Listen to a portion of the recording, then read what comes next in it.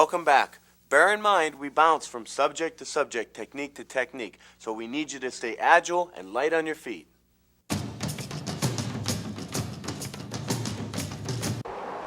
I think of all the years I've been in martial arts, the absolute favorite expression, and I say this facetiously, is, oh, anybody can bite. If you're gonna bite, well, I remember when I was like 10 years old and I said to my Uncle Joe, I want to study karate. He goes, you don't need that karate, just kick them in the balls. Good old Uncle Joe, you don't need that stuff. It's like saying anybody can punch, but then there's this thing called boxing. You don't need boxing, just hit them. That's what everyone else does. Okay, in order, I will give you the most complicated aspects of our art. So number one, the simplest aspect, punching and kicking.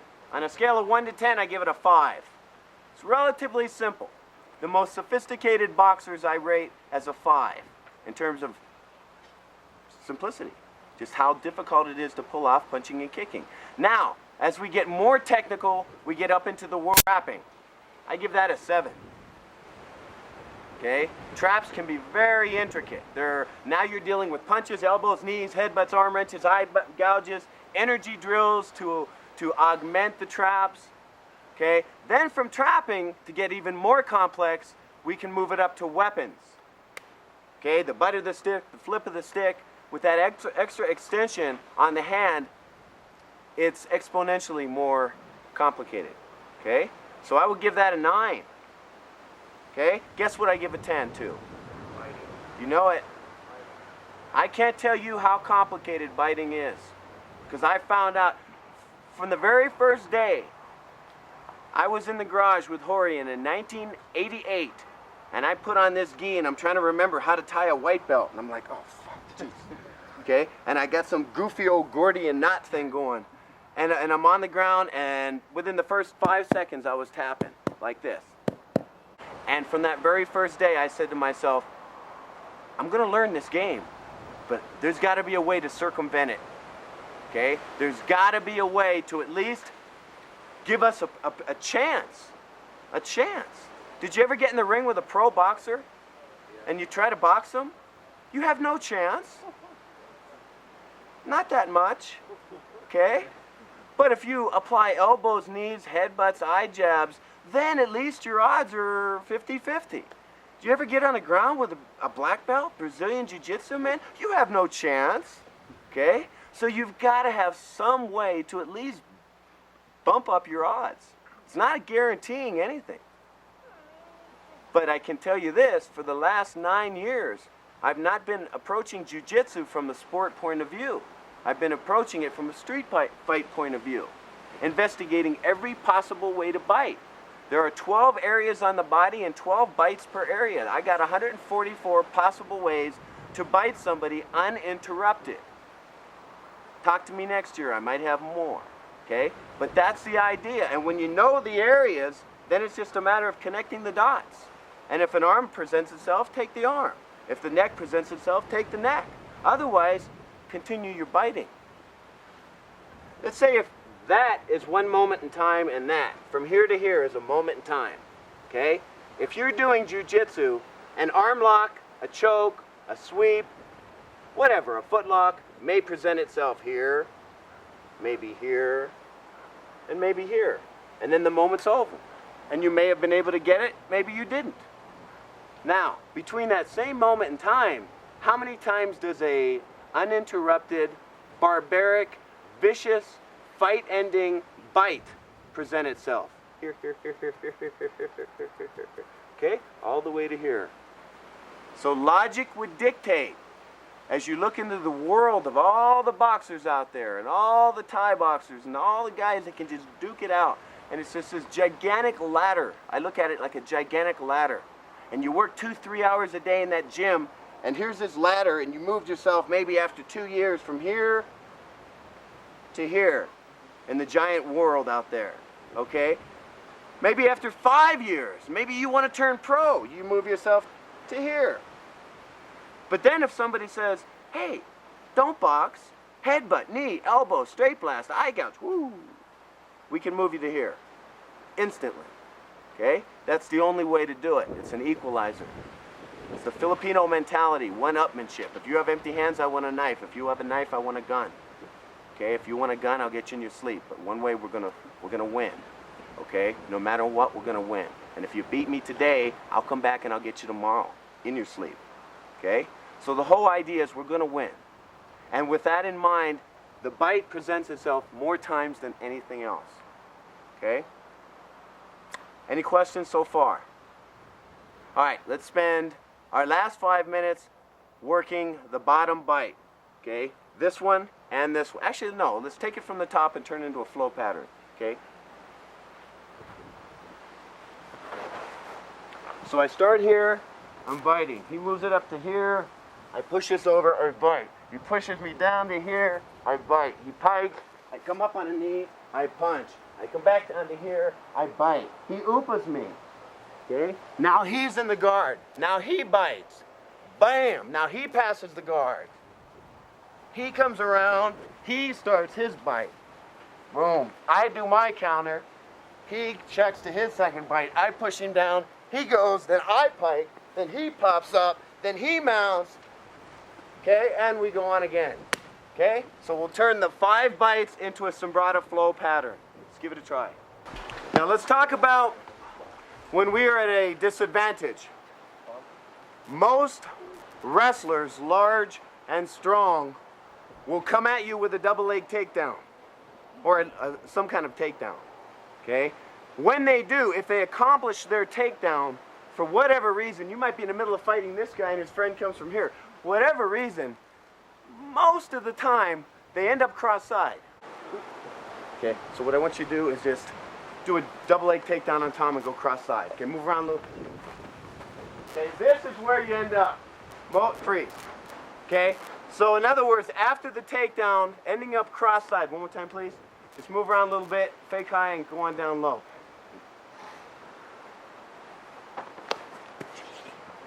Okay, so when you are in Tom's position, you are vulnerable. Okay, thank you. So now let's talk about what to do from the bottom. If the opponent does what 50% of people are going to do, right off the bat he's lost. Right off the bat. Okay? So you're cross-side and I want you to put both elbows over top of me. So if he goes cross-side immediately, good, get up. And this whole time, I'm ripping. There's nothing left here. Okay?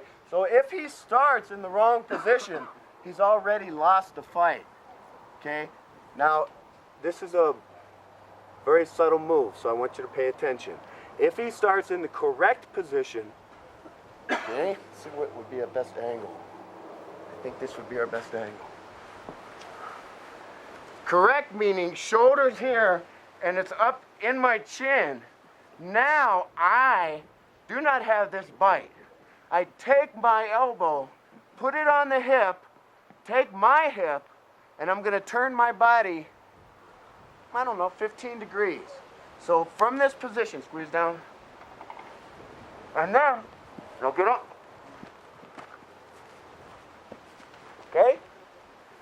So you have to get the weight from the shoulder off your face, turn your body 15 degrees, and grab the neck. Okay? That's a move that takes this much action. Oh, can't you say that once again to yourself? I surely can, and in fact, I'll do it on you. Come here.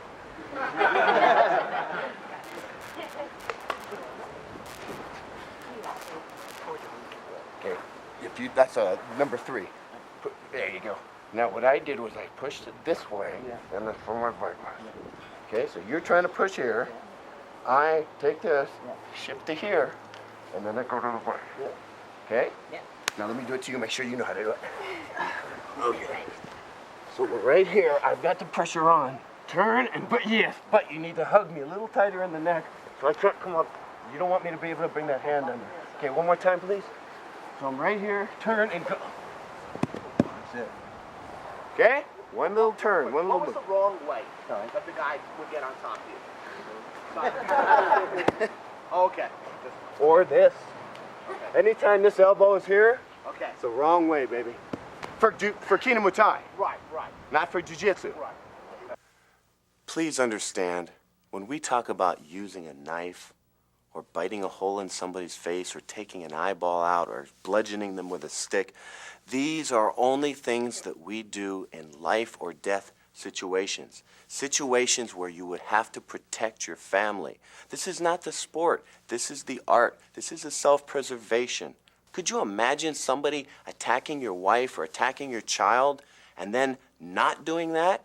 It's so funny because when you hardcore one thing, you can hardcore jiu-jitsu and you're like, oh, no problem, let's go, 8 more rounds. Or, okay, but when you get a stick in your hand, you're not used to hardcoring it. Do you know we used to do numerata for 4 hours? We would start with a staff and go from a staff to the double stick, to the stick and dagger, to the single stick, to the double dagger, to the single dagger, to the palm stick, and then go single dagger against palm stick, single dagger against double stick against staff, staff against knife. If you have 12 weapons, and each weapon can feed the other weapon, you have 144 combinations. It's too much in a life. You need 2 lifetimes. Okay? And the beauty of this is, I'm keeping it matched right now. Espada Daga versus Espada Daga. Keeps it a little bit more baseline, a little easier. Okay? When you really start to understand your numerata, you will have, one side will have a knife, the other side will have double stick. Now try going in, cutting, trapping, tai chiing the guy out, and then moving around. So the guy with a knife always has to go in. The guy with the double stick is always keeping this person away. Okay? Sometimes the guy with a knife will be feeding, and then he'll be feeding the double stick. So the beauty of this, actually, let's go ahead and let you see a few of these rounds. Okay? Talk is cheap. Spread out. Okay, Ryan, Tom. Now what Ryan has to do now is stay on the outside, wait for the timing, get in, get his cuts, and get back out again. And do all of that while these sticks are going Benihana, and you got to get in at the exact proper time and trap up the sticks with body mechanics. So there's a lot more to it. There's a lot more to it. Okay, ready? Go.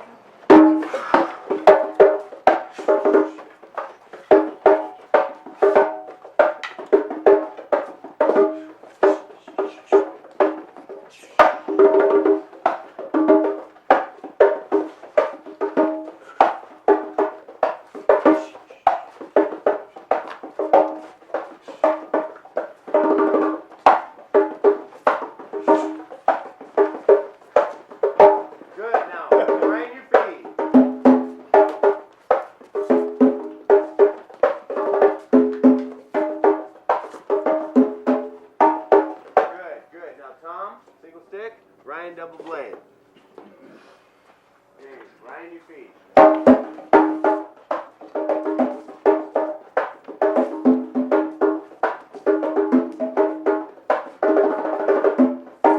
On your feet.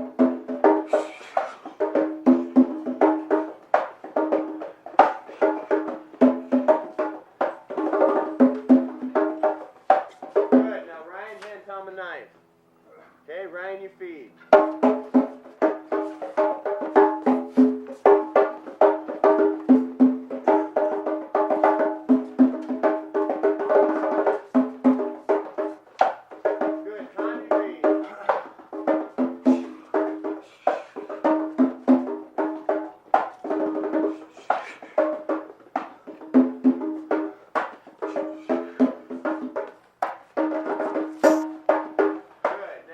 Drop the knife, Ryan drop the knife. Okay, Ryan, you feed the punches first. Ready? Go. Grab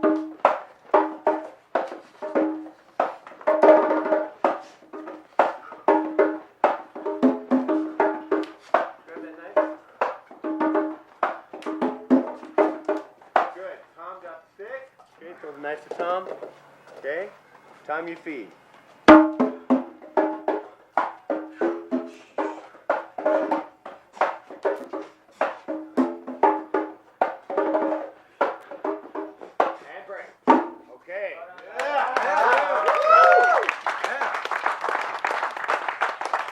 A lot more complicated.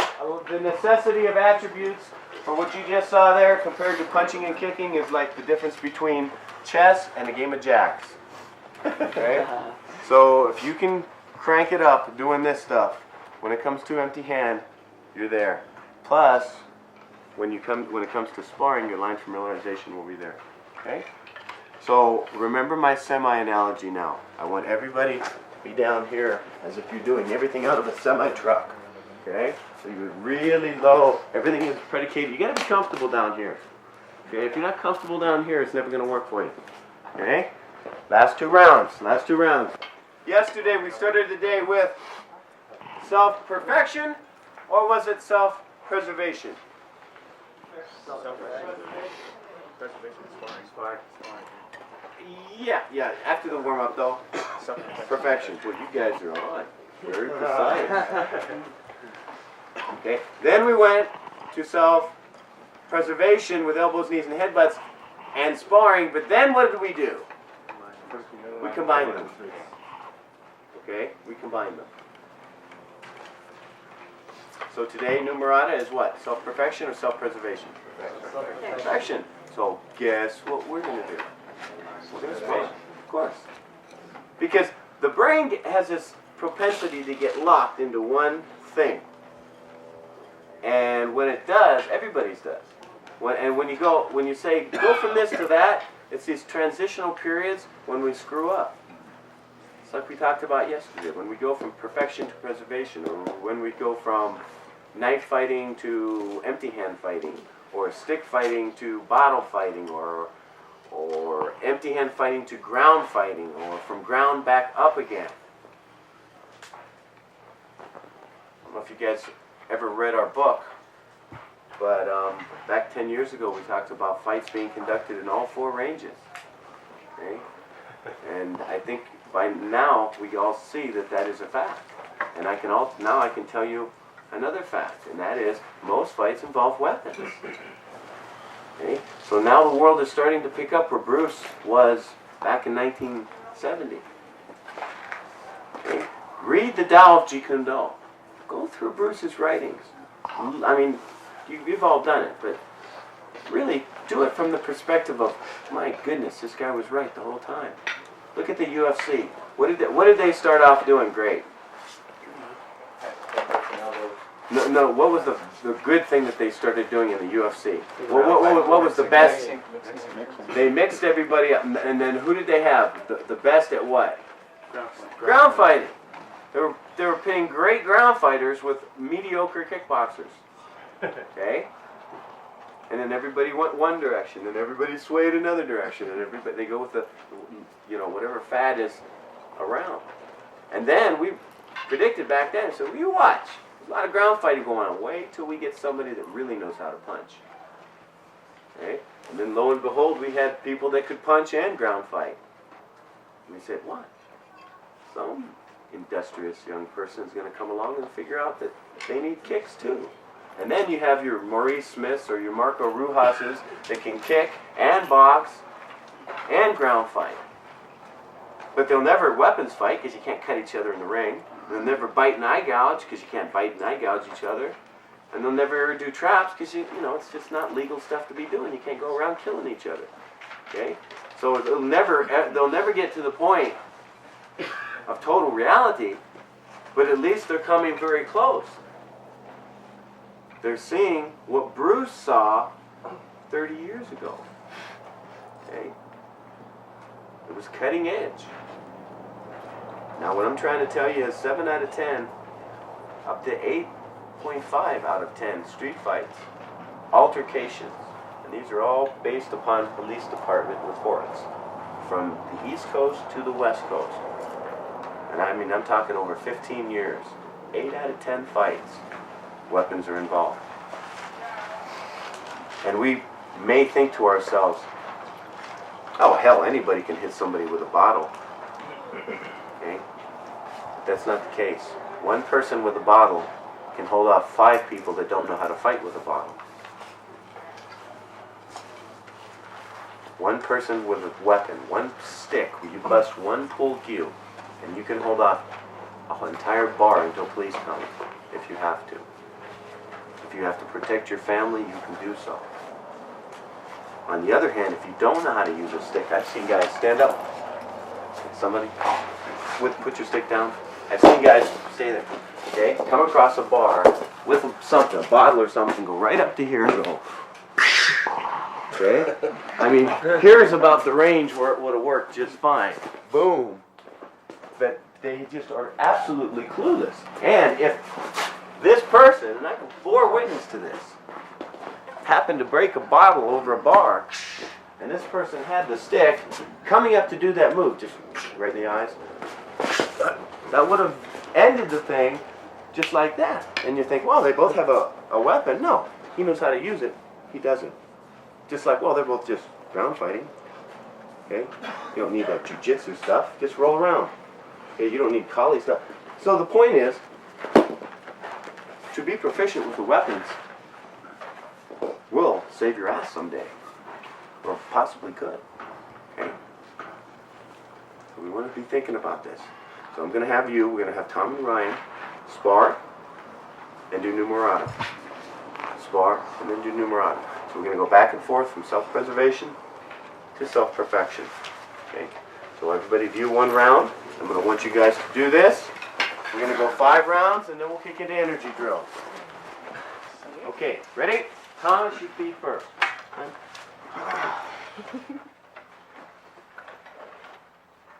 Ready? And go.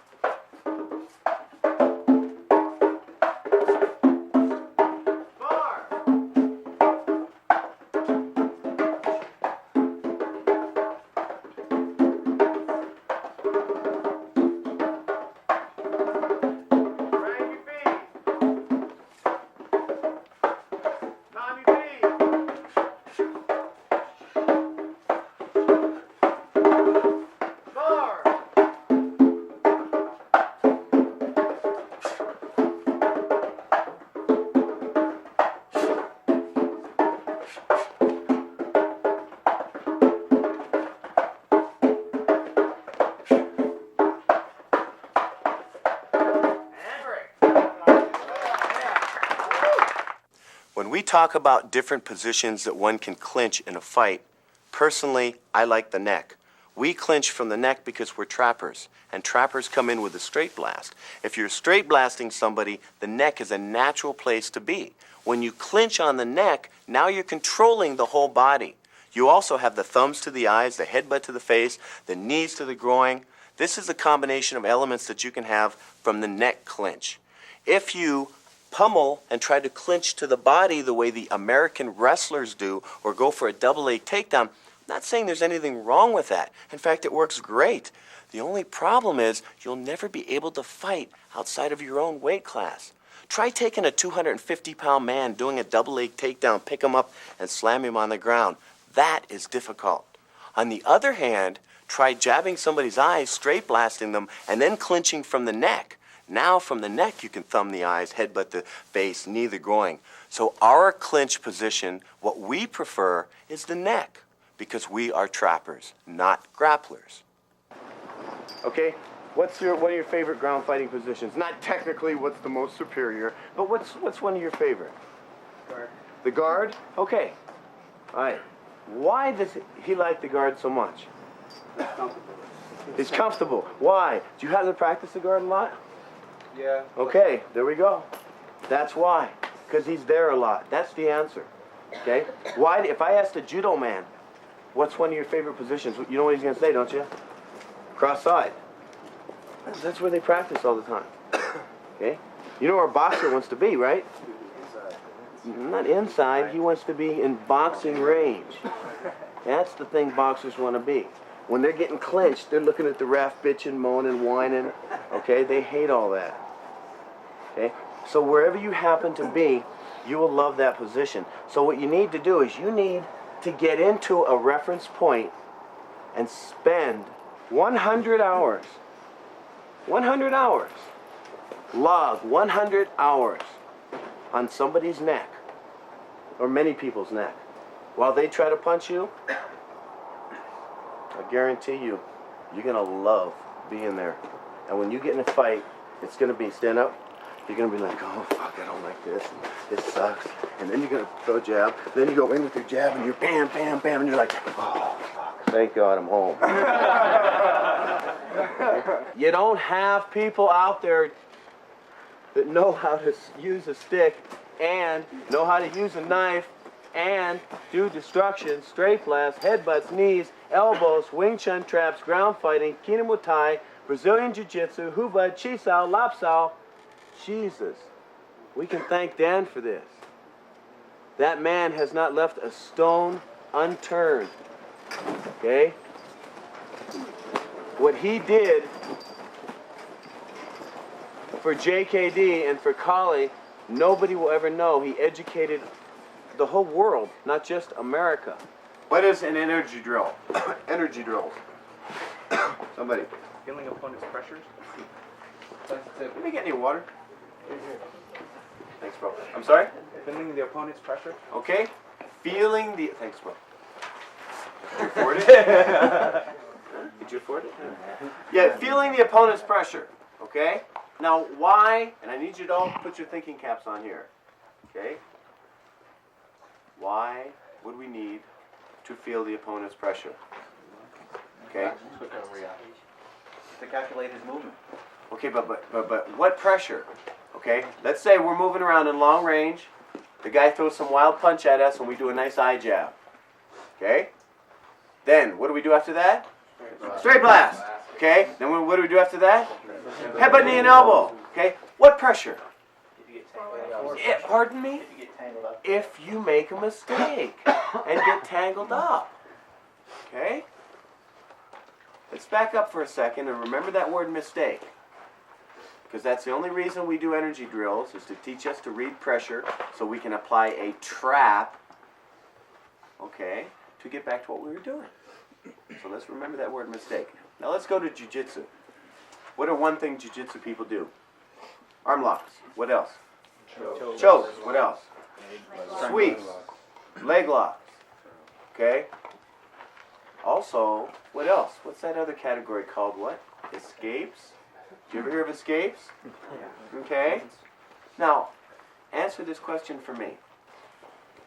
Why would a jiu-jitsu person want to learn a mistake? A escape. In case he makes a mistake. In case he makes a mistake. Exactly. Okay. You don't think they're sitting there trying to pass the guard and going, oh, here, take the head, so because I know that escape. You know, and then the guy gets you in a headlock, and then you go out and do. They're not trying to screw up, but, you know, shit happens. I mean, you make mistakes. So in the process of trying to pass the guard, in the process of trying to mount, in the process of trying to sweep, maybe this big guy grabs you in a headlock. Well, it's really good to know an escape at that point so you can get back to what you were doing. But the guy, you don't give the head so he can get you in a headlock just so you can practice your escape. If you do the Rapid Assault Tactics program that we have been doing for 15 years, okay, if you get an interception or a destruction in, and if you straight blast this person, things are working well, and you get your headbutt, knee, and elbow in, you're going to do well. But we need an escape. We need to be able to have a backup in case something screws up. That's where energy drills come in. People ask me, what kind of energy stuff did you teach with the Navy SEALs? I didn't do any energy stuff. We didn't have time. We didn't do chi sao, we did nothing. All we did was eyes, blast, and headbutt. And if they got tangled up, they were SOL. Because we just simply didn't have time for it. You, on the other hand, for that maybe 5 or 10% of the time that you do make a mistake and get tangled up, okay, Scotty, let me borrow you for a second. Okay, let's say I throw a punch at you, Scotty, you're giving me nice destruction and a straight blast, bam, and you're punching my face, and boom, I put up a hand. That's when. Now stop right at this point, Scott. Okay, so if you take the destruction, bam, okay, kind of have speed, bam, boom, boom, boom, and then a hand comes up, free. Look where we are. Okay. Now, why would we be here? Okay, but what preceded that? The straight blast. If you don't straight blast, you will not get a cohesion. Swing at me, and I swing at you. Where's the cohesion? Okay? Where's this? It's not there. Why? Because you're not straight blasting. If you're just a kickboxer, and if you've never done Jeet Kune Do, and if you've never entered with a blast, which is what Jeet Kune Do is, okay, and upon 21 years of conversation with Dan, and many, many films, we've seen that that's all Bruce did when he was serious, an interception and a blast. Because we all know that that's what works. They're getting somebody to run backwards. So if you don't do that blast, you will never need to do a trap. Because you'll never end up here. I used to teach a parks class, little junior high kids. And I remember this one kid came up to me. He goes, Coach, I tried this jump shot 15 times in the game, and it didn't work once. Jump shot doesn't work. Okay? Think about it. That's the mindset. That's the mindset of some thinkers out there. So what we want to do is we want to align everybody so we're all on the same page. Okay? And the same page is this. If you just kickbox, you're only going to fight within the confines of your own weight class. If you just grapple, American grappling, just tough American wrestling, you're only going to fight in the confines of your own weight class. When was the last Olympics wrestling match you watched? Anybody? Okay, fine. When was the last time you saw a heavyweight go against a lightweight? Okay, it's unheard of. Why? Because it's American wrestling. It's not Jiu-Jitsu. Okay, it's not sensitivity. It's not a sensitive art. Okay, so if you are an Adam or a Rory, okay, you're above the average person in strength and size. Most likely, you're gonna do well kickboxing. If Adam and Rory meet somebody bigger than them, have you ever met anyone bigger than you? Pro heavyweight. Yeah, exactly. Me too. Okay? Then you guys, or you, okay? What's your name? I'm sorry. Atta. Okay? What do you weigh? 260. 260. Okay, you ever seen anybody bigger than you? Yep. Many times, right? Yeah. So no matter how big you are, okay, if you only kickbox, you're still going to only be able to fight within the confines of somebody your size. So this is why we created trapping. Now, I had nothing to do with it, but you couldn't do it. Okay? This is why Bruce and Dan created a method that you can fight outside of your weight class. Because the blast is the infrastructure of what we do. And that allows you to fight outside of the weight class. But in order to do a blast, you must have the timing and the footwork and the spatial relationship and the line familiarization that it takes in long range to enter. You must know how to intercept and know how to destroy, and that's simply kickbox. So this is what we do the weapons for. That gives us all of those other attributes. Then we straight blast in the fight, and then and only then, if we get tangled up, we need an energy drill. That way, when Scotty's coming in, bam, bam, bam, bam, bam, he feels something, he feels the energy, and now he can do what he was going to do. Thank you. Okay? But without that, and we're stuck right here, nobody knows what to do, and you know, you're going to end up in a situation. And you'll be in a headlock, just two guys struggling. An average old street fight. Okay? Cool. What about the premise of, instead of worrying about moving the obstruction, either choosing a different line or going around the obstruction? I love it. Fashion. Yeah, love it. It's like 15 different ways to do something, and they all work, you know? But when you're here, sometimes if you're in this range, okay, it's much easier to go boom, okay, and that kind of kills this. Sometimes you're not in that range and the energy feels better to do this, okay? Sometimes you're here but you feel him push. That's when this energy feels better. I feel him pushing here, I collapsed, he came in again, I collapsed again. This hand has to be able to read the energy, okay? Otherwise, you know what's going to happen? You're going to get stuck. And this is not the only place you get stuck. You get stuck here, you get stuck here, you get stuck here, you get stuck here, you get stuck here. All these places are sticking points. And all of these sticking points, you need energy, okay, to be able to get out of. There are 4 phases to learning martial arts. The first phase is you need an instructor. You need somebody better than you at the art. Somebody that gives you the osmosis. For example, you're on the ground, you're wrestling, you're doing your jiu-jitsu, you're feeling this person. They're your private instructor. That's one phase. Now, in addition to that, you need the other phase, which is the group class. The group class gives you the ability to connect with different people, different energies, different size, weight, strength, coordination. This is now giving you the ability to adapt to different people. So you have private instruction and you have group instruction. Now you need your solo training. Solo training means it's you and the mirror, or you and your heavy bag, by yourself in your garage an hour a day. This is something that your teacher can't give you. This is something that the group class can't give you. Now we have 3. The final element, the final ingredient in this cake is your training partner.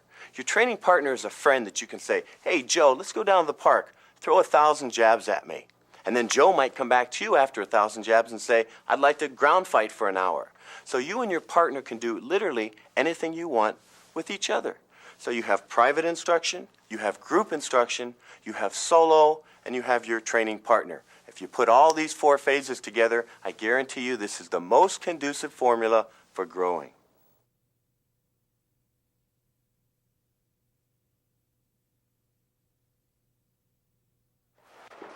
Numerata comes from the blade, okay? The old art of Kale is the blade art. The young kids nowadays love to do stick stuff. The in thing is to put on helmets and beat the shit out of each other. And they just shut their eyes and swing and they have a pillow fight, okay? And that doesn't exactly promote body mechanics, nor does it promote anything reasonable to functionality, okay? Because when you have a real pipe in your hand, a real piece of hardwood, not a piece of rattan with air going through it, like we said yesterday, most of those ignored hand smashes would be there. The old guys, how many people have seen, or read, I should say, Dan's book, The Filipino Martial Arts? Raise your hand, please. Film? I'm sorry? You said film. No, red. Okay. Do you see the old guys? Do you remember the old guys in there? Most of those guys have gone. Okay? And with them, a lot of the art went. The body mechanics from Numerata, or the cross-stepping and the upward figure eights and the abanicos and the bacalaos and the sunketis and the floretis, combining with the movement, these are body mechanics that you're not going to see much anymore. Okay? They were around at a certain time, but times have changed and it's gotten more sportive. Okay? And those are the body mechanics that transpose themselves to empty hands. Those are the body mechanics that turn an elbow into a lethal weapon, that turn a headbutt into a lethal weapon. Otherwise, it's just an elbow. It's just a headbutt. So when you mix the body mechanics that you're going to be implementing with New Murata, you'll naturally move that way. And once you start moving that way, and then you mix that with our rapid assault tactics program of intercept or destroy, straight blast, and headbutt, knee, and elbow, when you actually get into the headbutt, knee, and elbow part, the body mechanics will show. You'll see. You'll look at the guy's headbutt and you'll go, now that's a headbutt. If this guy ever headbutted me, that would be a headbutt. Okay? Actually, let's start right there. I want you to see the end result first. Okay? Okay. Ryan and Ryan. Okay, let me just have you get in Thai boxing position. Okay? And you're at, I just need a body. Okay? I'm just trying to get the same weight. And all I want you to do is start a barrage of head, and keep your head back now. Yeah. Okay? And we just started a barrage of elbows, knees, and headbutts. Now, you're looking at not the fact that it's a headbutt, but look at the mechanics that Ryan puts behind the headbutt. It's not a Jean-Claude Van Damme headbutt. Okay? So you will see the difference. Ready? And go.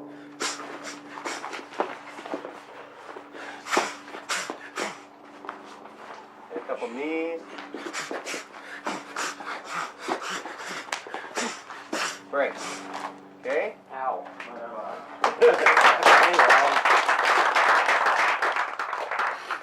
Those mechanics don't come from boxing. Those mechanics don't come from kicking. Okay? They come from the weapons. I want you to think about the beauty of the totality, because this is the greatest gift that Bruce left us. This is the greatest gift. It is the symbol, the Jeet Kune Do symbol. It is the writing around the yin yang. It is the infrastructure of what we're all about, using no way as way. I have no doubt in my mind, had Bruce have lived, because he'd already gotten into Kali, he'd already obviously gotten into punching, kicking, and trapping a little bit. Okay? There's no, and if you look in the Tao of Jeet Kune Do, he was on his way into exploring what? The ground. I have no doubt in my mind, had Bruce had lived, he would have been a world-class ground fighter in his weight division, or probably outside of his weight division.